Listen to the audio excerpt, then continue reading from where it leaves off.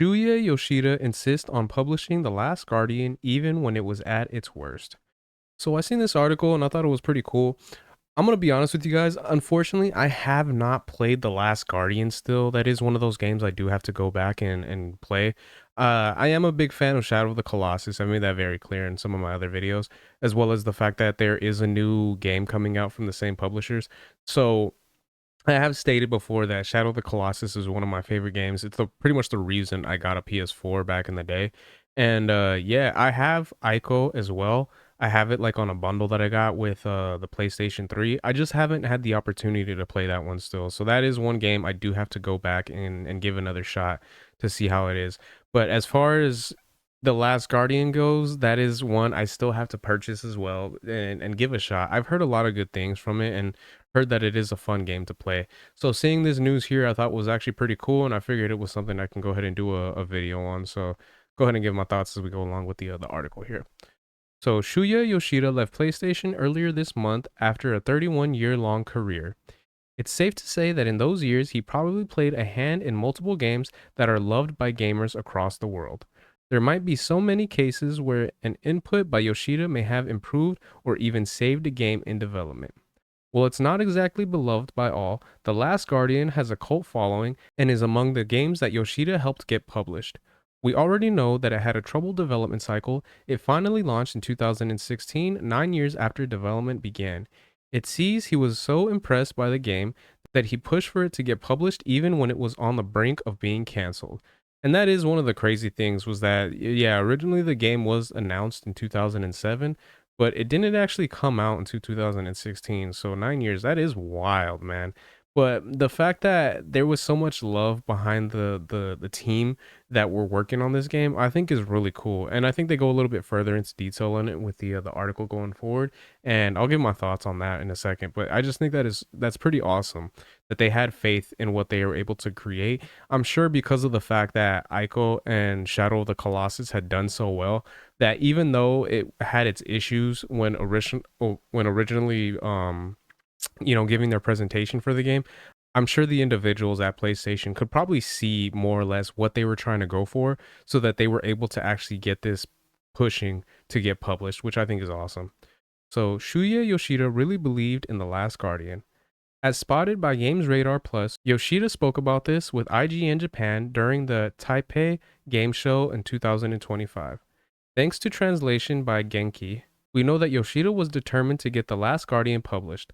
A lot of questions were asked after the game was announced for the PS3 with no information for a long time after that. The biggest problem was that the developers wanted Trico to move in a very realistic manner, but the PS3 was not powerful enough to handle such a large character moving in such a way. As a result, the game would run at 10 to 15 frames per second, and there was no way to improve it further. Thus, the decision to move it onto the PS4 was made, with the devs having to rework it again. And that's the thing, the fact that it was moving at 10 to 15 frames per second probably looked terrible, especially for the PS3. But again, I'm pretty sure the individuals at PlayStation could probably see the direction that this game was going in and what the creators were actually trying to develop because of the fact that they were able to have Ico and Shadow of the Colossus as kind of like a staple to kind of more or less go in that direction to show them what it could be in the future. So I think that is so cool in my opinion. I love that, especially because I love Shadow of the Colossus so much and I've seen a little bit of Ico here and there. So I'm sure with the combination of those two games, which I'm sure the individuals at Sony have probably either played or at least seen played, they probably could kind of see the direction it was going in and just have faith in it, which is a beautiful thing in my opinion. I think that is so cool that they were able to do that. So Yoshida said that any other publisher would have probably canceled the game entirely, but he loved the director Fumito Ueda's vision and wanted to deliver it to fans of Ico and Shadow of the Colossus. It was so cool. He decided that the game would get published one way or another and kept encouraging the devs team to do its best. And I'm sure that encouragement right there was something else that kind of pushed the dev team to really be able to give players something that not only they would like and love, but the individuals at Sony, that there is the potential for this game to come out and do really well in the vein of the other games that they've been able to come out with. The game's release was finally announced on stage at E3 2015, much to Yoshida's happiness, which is so cool. So yeah, man, I think that is awesome. The fact that the game probably I wish there would have been a way that we could see what the original game like showcasing looked like for when they were trying to show the individuals at Sony how it looked on the PS3, how ugly it probably was and everything like that.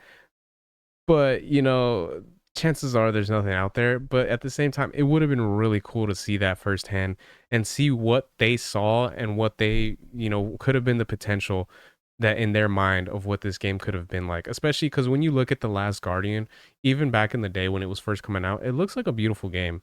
And it definitely looks like something that was published from the same developers of Shadow of the Colossus and Ico. So if we would have been able to kind of see the vision that they had back then, I'm sure it would be so cool to kind of see that this is what they had shown them at first, and this was the final product that we were able to actually get. Who knows? Maybe there is some video footage or something out there that kind of shows what it looked like back in the day. Probably that's unlikely, but still, if they are able to kind of give that look of it, I think that would be awesome, especially seeing what the final product looked like compared to when it first was shown. So I think this is cool. And yeah, so those are my thoughts on that. Let me know what you guys think in the comment section. If there are any The Last Guardian fans out there, is this something that you guys would have liked being able to see firsthand yourself? And as far as the game itself goes, as someone like myself who hasn't played it, do you guys recommend it? I plan on getting it eventually still and going back and playing it. But if there is anyone out there that has played it themselves already, do you guys recommend getting it? And do you guys recommend playing this game and giving it a shot? So those are my thoughts on that. If you guys could like, share, subscribe, all that good stuff. If you guys have been watching this long, I really appreciate it. It means a lot. And yeah, until next time, Harmonic out. Peace.